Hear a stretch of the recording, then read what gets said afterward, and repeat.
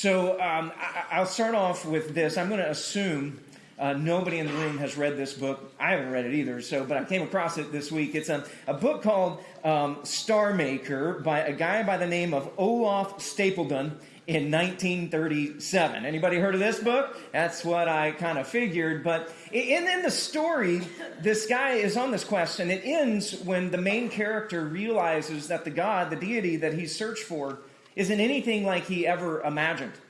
And it's not that this God is evil that he finds. It's just that this God is, disinterested. Doesn't care about humanity.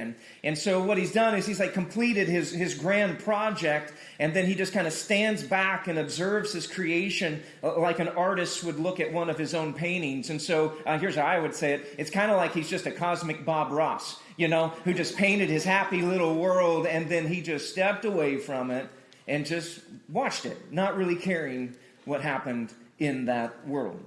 And I don't know, maybe online in the room, maybe there's somebody in the room today that this is kind of how you feel about the God of the Bible, the God of this universe, that in times of intense suffering, have you ever wondered, does God actually care? Does he actually see you in your pain? Or is he just this artist that painted everything together and then has just stepped back and is letting everything play out?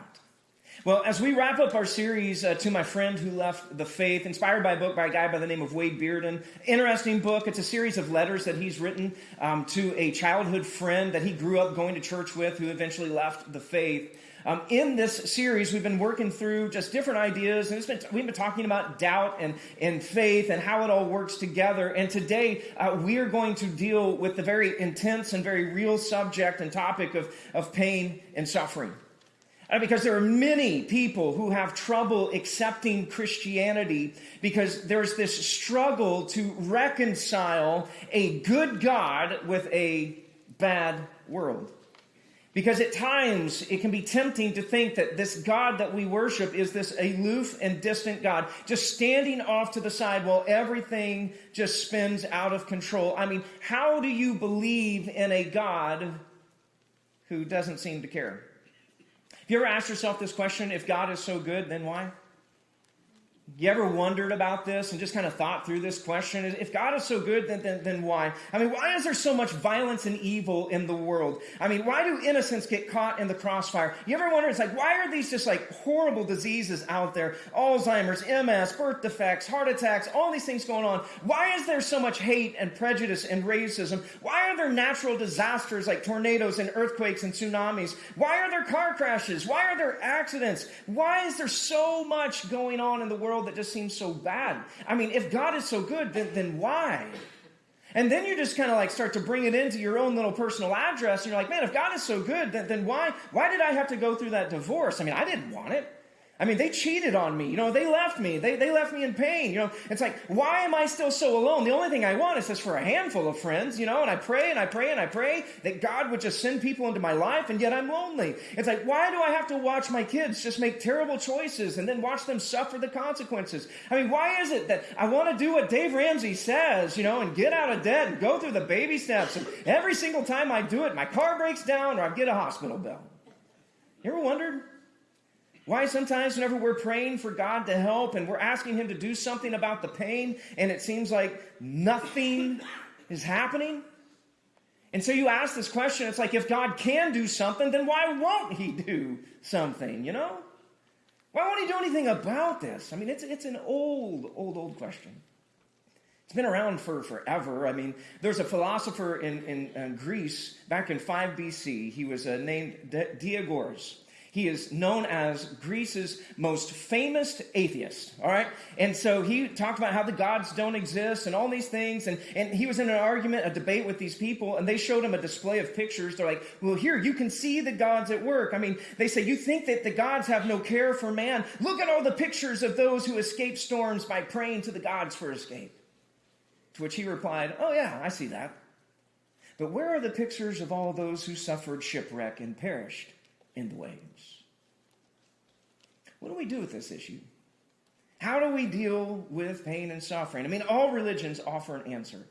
Islam will tell you it's just you're getting what you deserve. It is punishment from God, and so that's why you are experiencing bad things. Hinduism will tell you it's because of bad karma. You're paying for the previous price, paying a price for your previous life. Buddhism is going to tell you that suffering and joy, well, those are really just an illusion, and true enlightenment includes the awareness that the self doesn't exist, and once you have no self, there is no reason to avoid pain. Having no self is really good at tax time as well. But anyway... The Christian perspective, though, is different.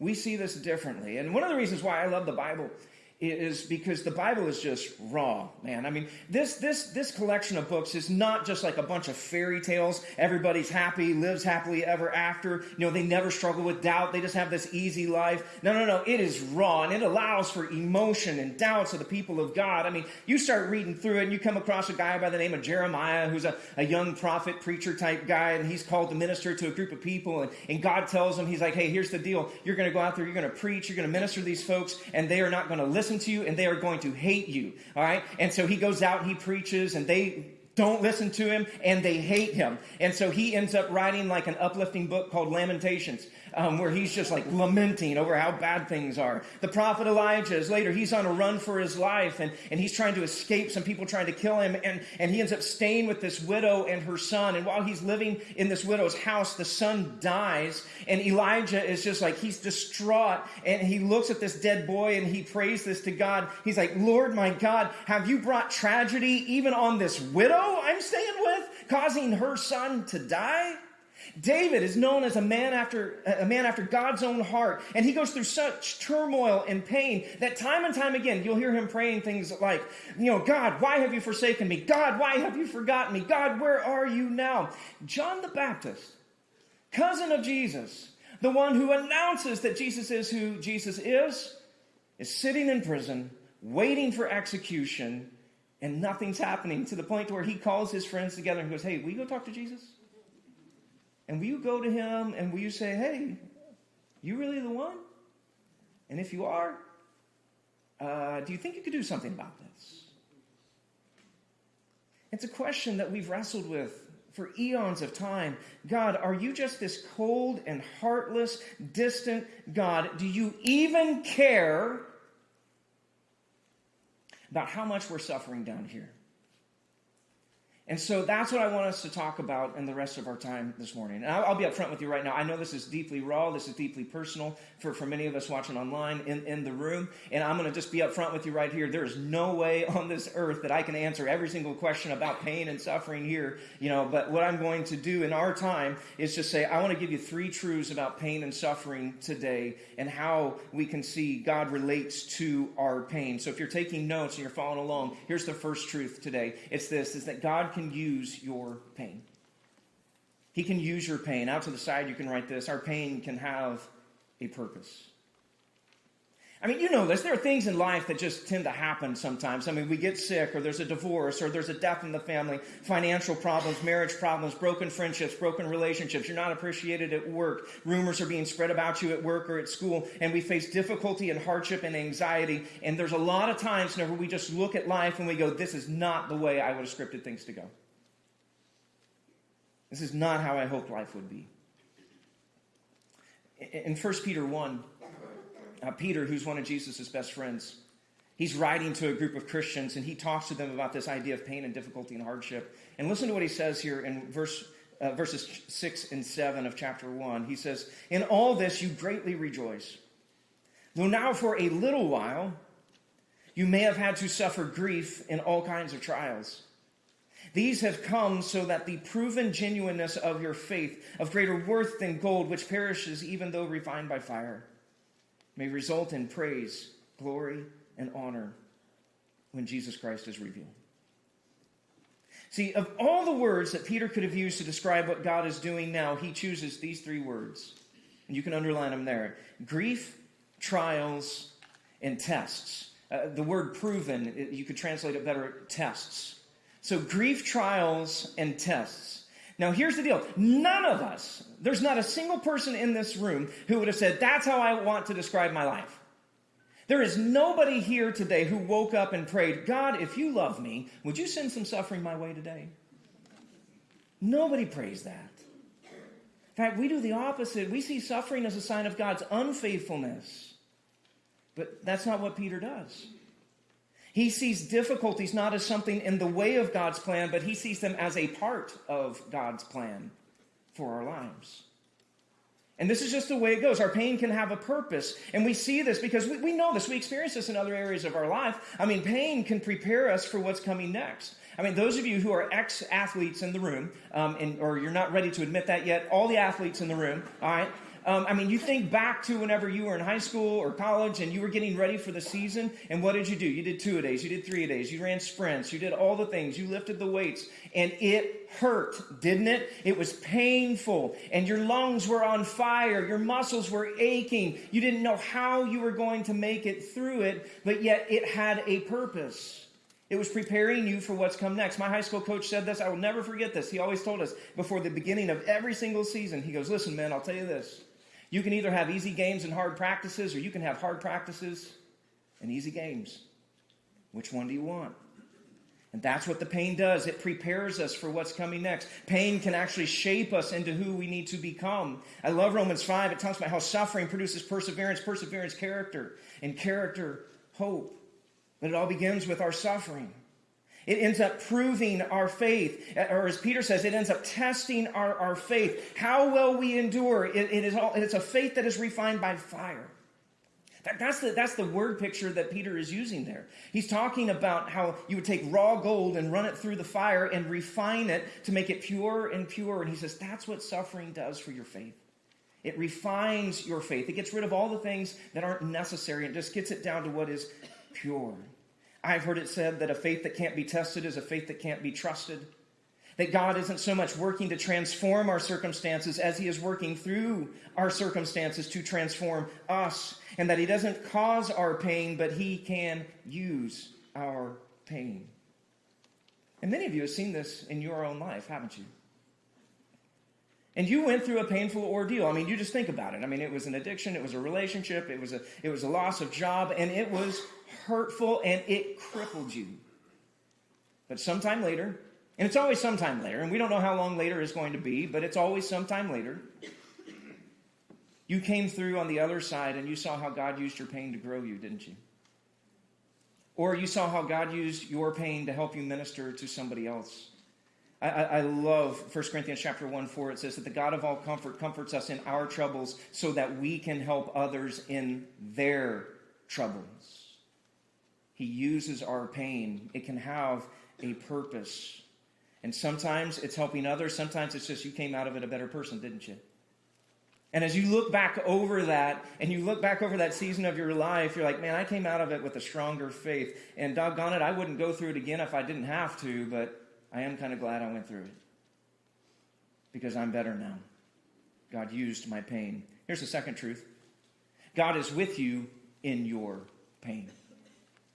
He's with you in your pain. He is present. He is there with you. He hasn't left you in your pain. Psalm 46 verse 1 says, God is our refuge and strength, always ready to help in times of trouble. Here's the truth. God can be found when you need him. And it's important because most of the time we take pain and suffering as a sign of God's absence, not his presence. But that's not the case. He is very present with us in our pain. I love how the Apostle Paul phrases this in 2 Corinthians chapter 12. It's a crazy scene. He's talking about he's got this thorn in the flesh, and nobody knows what it is. It could be blindness, could be illness, could be a person, because I found that there are some people who have the spiritual gift of thorn in the flesh, and they love to use it. And so, but he's like, God, I'm pleading. You got to get rid of this. And he says, so 3 times I pleaded with the Lord, take it away from me. But he said to me, my grace is sufficient for you, for my power is made perfect in weakness.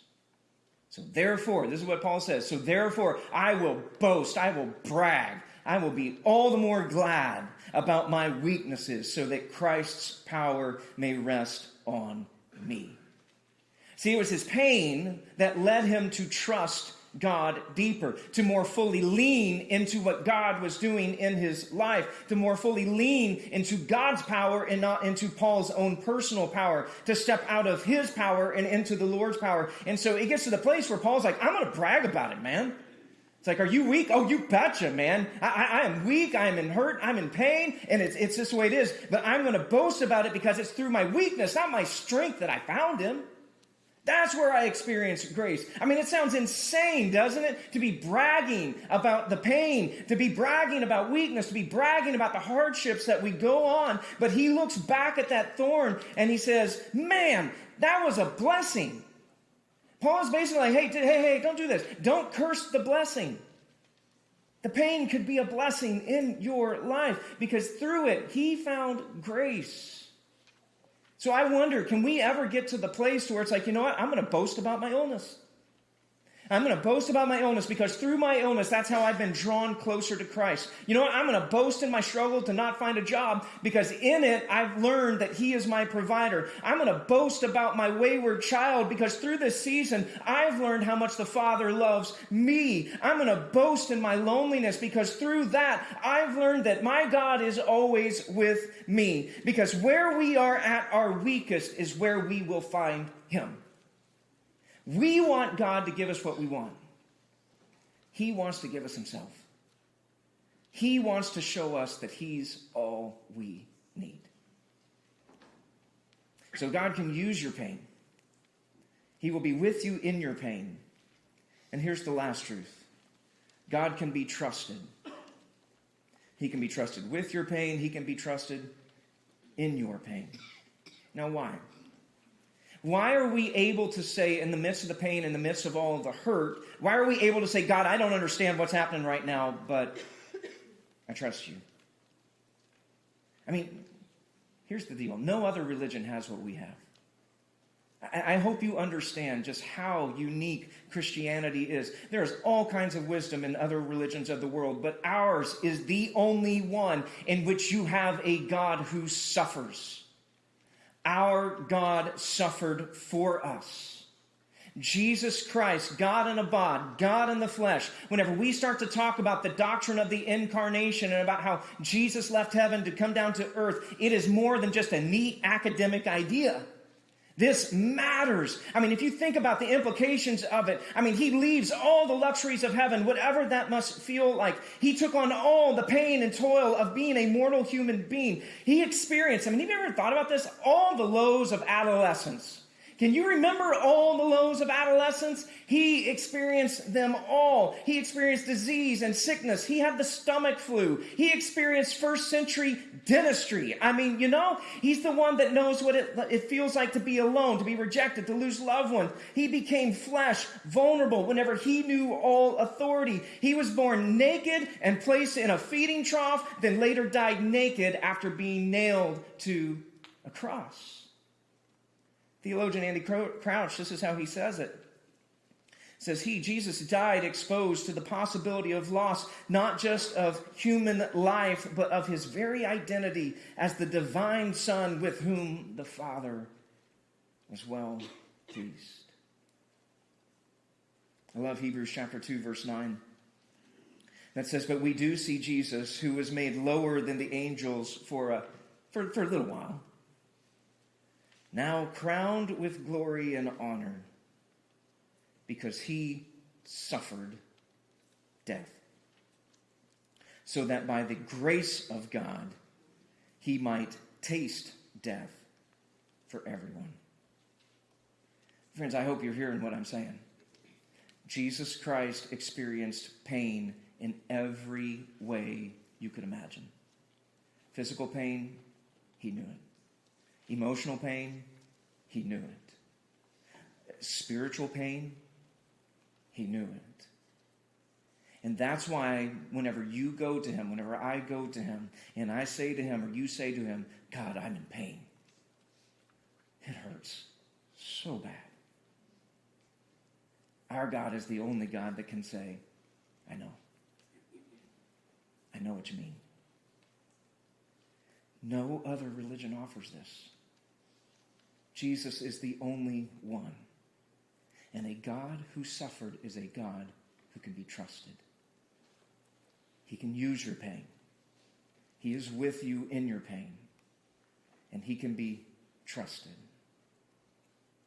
in your pain. It's probably about 19 years ago. Our oldest was probably about 2 years old. We hadn't moved out here just yet. And so our son, he had this like little police kind of car, four-wheeler kind of thing that he sat on top of with the handlebars up here. And he just loved to just sprint back and forth through the house on those four little wheels.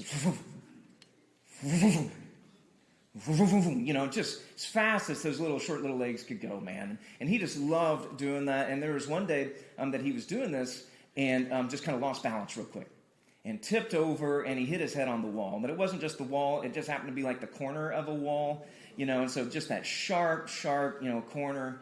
And so it split his head open in the back, and it was a mess, man. I mean, just, you guys know head wounds, they bleed a lot, and so it's just pouring out and all these things. I mean, it wasn't like a huge gash, but, you know, we were talking about something about like that or so, and so we get there, we're trying to calm him down, we can't get him consoled, we don't know what to do, we're just dumb kids, you know, at this point, you know, we're just like, oh no, what do we do, should we go to the doctor, I don't know, because I'm like, well, doctors are expensive, you know, and it's like, we could probably just like glue it together, you know, I mean, should be fine, and you know, it's like it's starting to mat up and all these things, and so we didn't know what to do, so I did the only thing I know to do is I called my mom.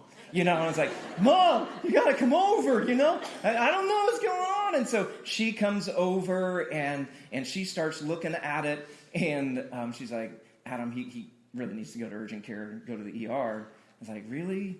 You know, I mean, he's not crying now, you know. And she's like, yeah, that's a pretty deep cut. You know, you're going to want to get that looked after. And it's like, okay. So we load up, and we take him over to the urgent care.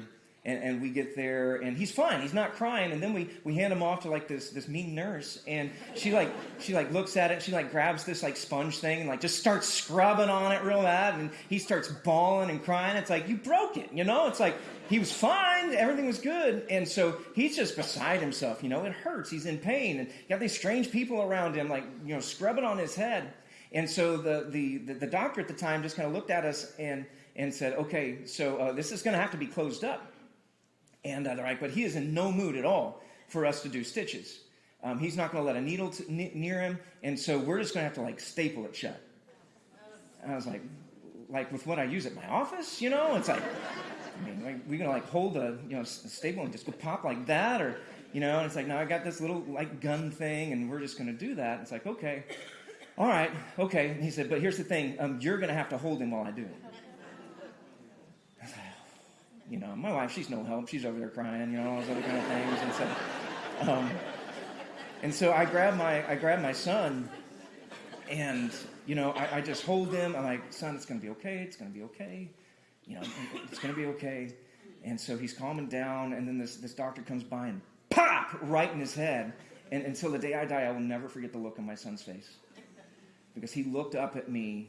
And he couldn't talk, you know, really, but at that point, but the look in his eyes was, what are you letting them do to me? I trusted you. You're not supposed to let people hurt me like that. And it killed me, man.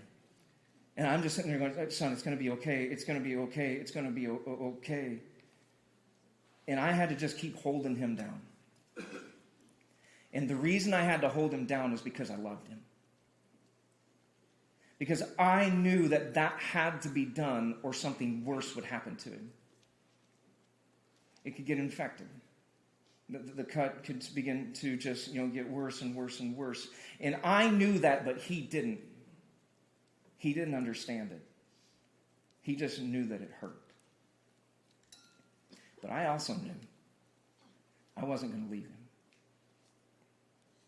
I wasn't going anywhere. And I wasn't going to leave my son, especially when he hurt.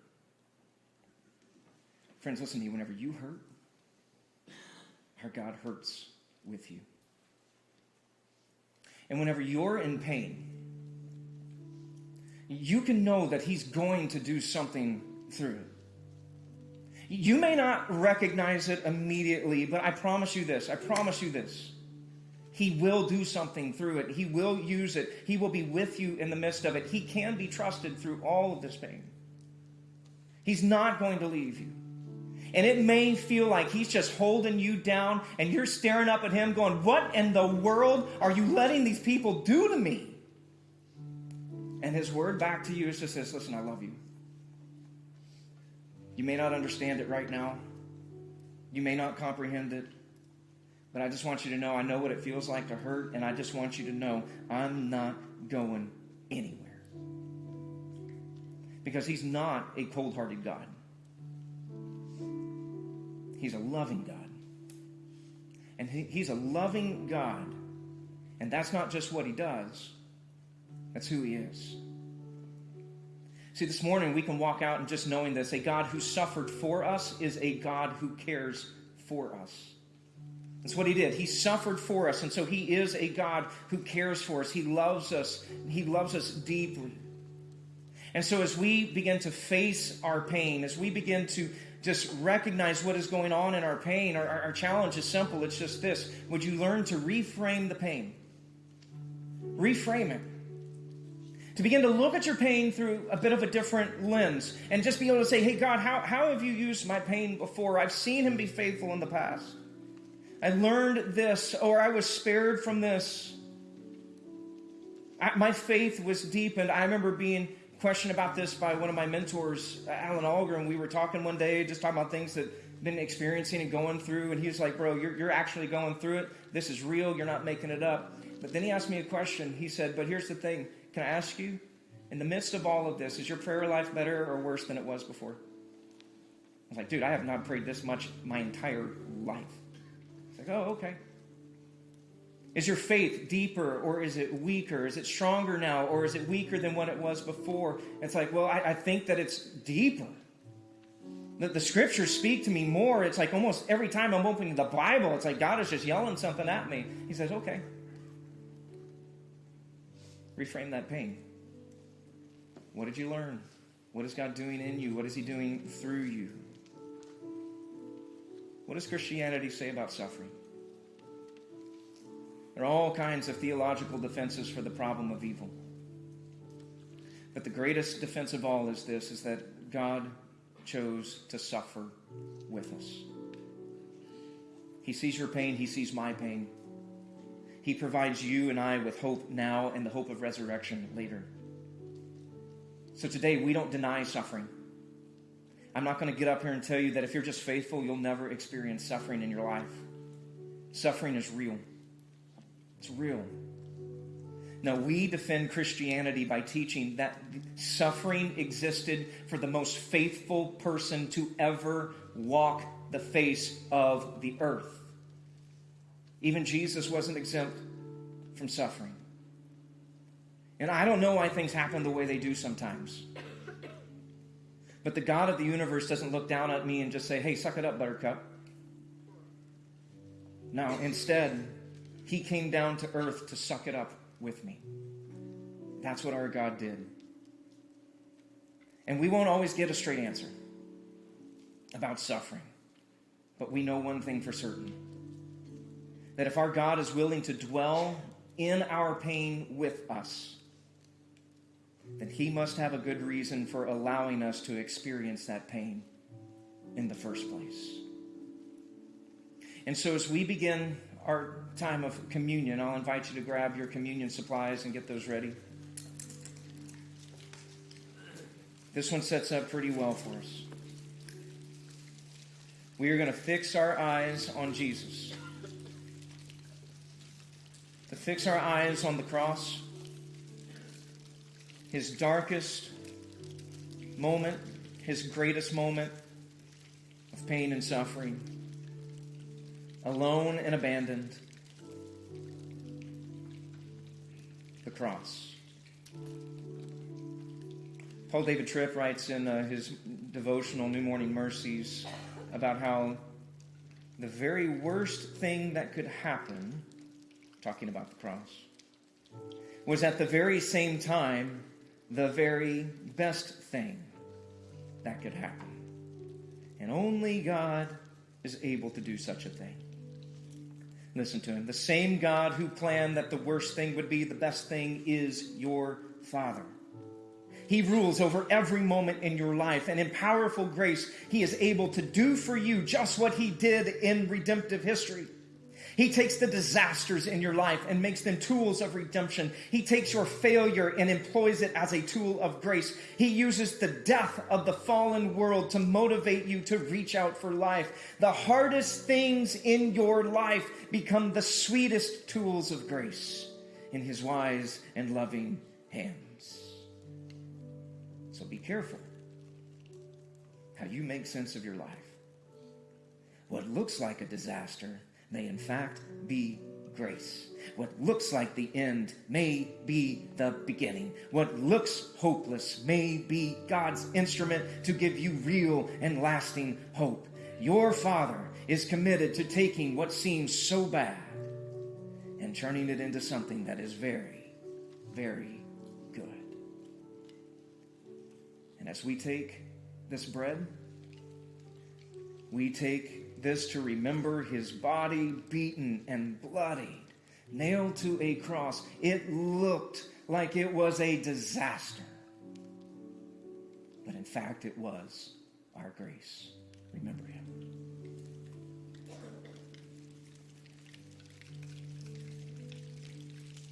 And we take his blood as it was poured out on behalf of us. And we look at what looked hopeless, and we see God's instrument to give us hope, his blood for you.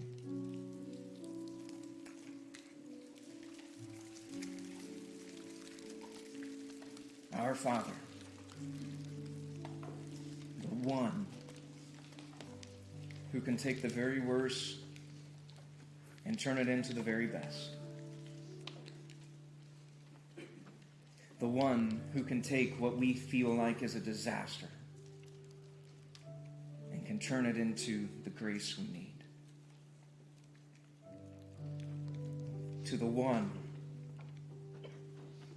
who takes what looks like the end and makes it the beginning. We offer you our hearts today. We thank you for the cross of Jesus Christ. We thank you that in that dark and disastrous moment, that in that moment of death, there was a moment of life. And we look forward, Heavenly Father, to that day whenever you will end suffering once and for all. Whenever you will return. Whenever you will set all the wrong things to right. Whenever you will make all the sads come untrue. We look forward to that day. May you be our hope. In Jesus' name.